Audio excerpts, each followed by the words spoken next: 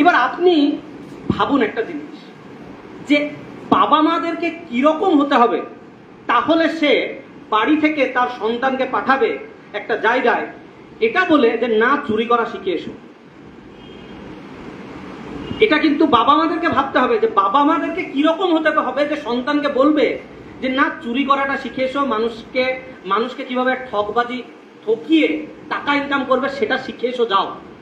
পারবেন আপনারা যারাই বাবা মা আছেন বলুন এখানে, পারবেন? পারবেন না। সহজ উত্তর পারবেন না, আমি জানি। এই বাবা মাদের উদ্দেশ্যে আমার একটা কথা, কারণ আমার টপিকটাই বাবা মাদেরকে নিয়ে, গার্জেনদেরকে নিয়ে। আমার কথাই হলো যে বাবা মা যে পরিবেশটা দেবেন তার সন্তানদেরকে, সেই পরিবেশটা কিন্তু তার সঙ্গে সারা জীবন যাবে।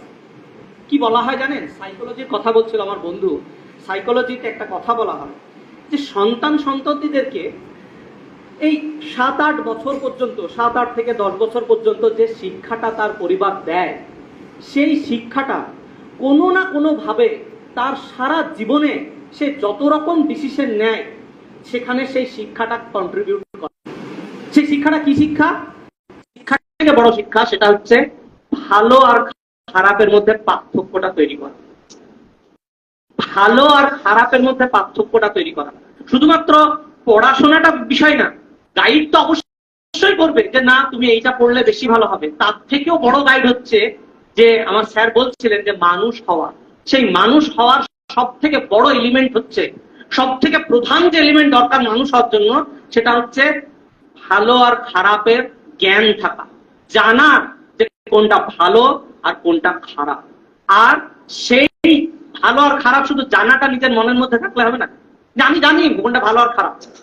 সেই ভালো আর খারাপটা আপনার যে ব্যবহার, আপনার আচরণ, আপনার যে কাজকর্ম, প্রতিনিয়ত যে কাজকর্ম, সেই কাজকর্মের মধ্যে সেটাকে ফুটিয়ে তুলতে হবে। যে আমি বিশ্বাস করি যে মানুষকে ঠকানোটা ভুল কাজ, তো আমি ঠকাবো।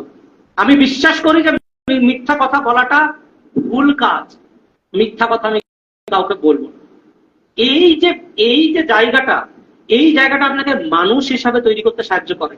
তাই প্রতিটা সচেতন গার্জেনের কাছে আমার অনুগ্রহ এবং আবেদন যে আপনারা আপনাদের ছেলে মেয়েদের, তারা যতই স্মার্ট হয়ে যাক, আজকে ছেলেমেয়েরা অনেক স্মার্ট, তাই না? তারা বাবা মারা পুরোনো যুগের হয়ে গেছে, তাদের সঙ্গে তাদের কথাবার্তাটা সেইভাবে তো হয় না, কথোপকথনটা হয় না। আজকের বাচ্চারা স্মার্ট, তাদের কাছে স্মার্টফোন আছে।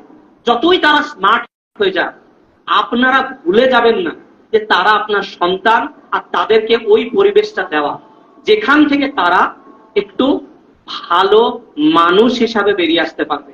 আর 2 নম্বর দায়িত্ব, এক হচ্ছে ভালো আর খারাপের জায়গাটা, 2 নম্বর দায়িত্ব শিক্ষার জায়গাটাকে, মানে শিক্ষার প্রয়োজনীয়তাটা ও বুঝবে কিভাবে।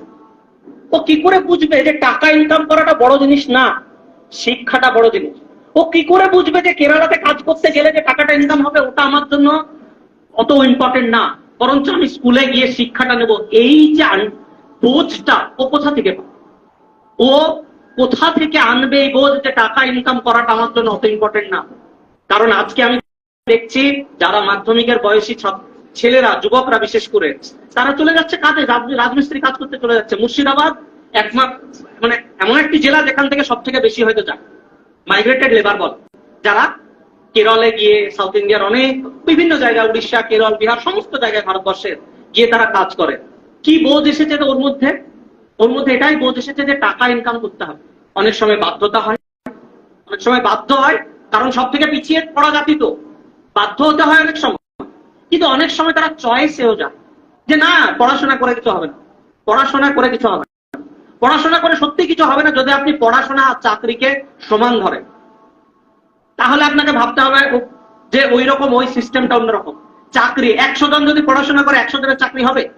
কোনোদিনও সম্ভব হয় না তো। 100 জনের চাকরি তো হয় না, 50 জনের হলো, আর 50 জন অন্য কিছু করবে। কিন্তু ওই যে 50 জন অন্য কিছু ভাবে সমাজে আসবে, সে যেন জেনে বুঝে শিক্ষিত ভাবে সমাজে তার অনুদানটা দিতে পারে। সে যেন অশিক্ষিতর মতো সমাজে তার অনুদানটা না নিয়ে যায়। তাহলে কি হবে? সেটা হচ্ছে যে আপনি আবার পথ ভটকাবেন। তা এই যে পরিবেশটা দেওয়া, দ্বিতীয় পরিবেশের কথা বলছি, যে ওকে বোঝানো যে পড়াশোনাটা আপনার বেশি ইম্পর্টেন্ট। কিসের জন্য ইম্পর্টেন্ট? শুধুমাত্র টাকা ইনকাম করার জন্য না, এই কারণেও, কারণ তুমি যে সম্প্রদায়ের মানুষ, সেই সম্প্রদায় সব থেকে পিছিয়ে পড়ে আছে। তুমি যদি আজকে পড়াশোনা না করো, তুমি আর একজনকে, তোমার পরের জেনারেশনকে কিভাবে পড়াশোনা করাবে?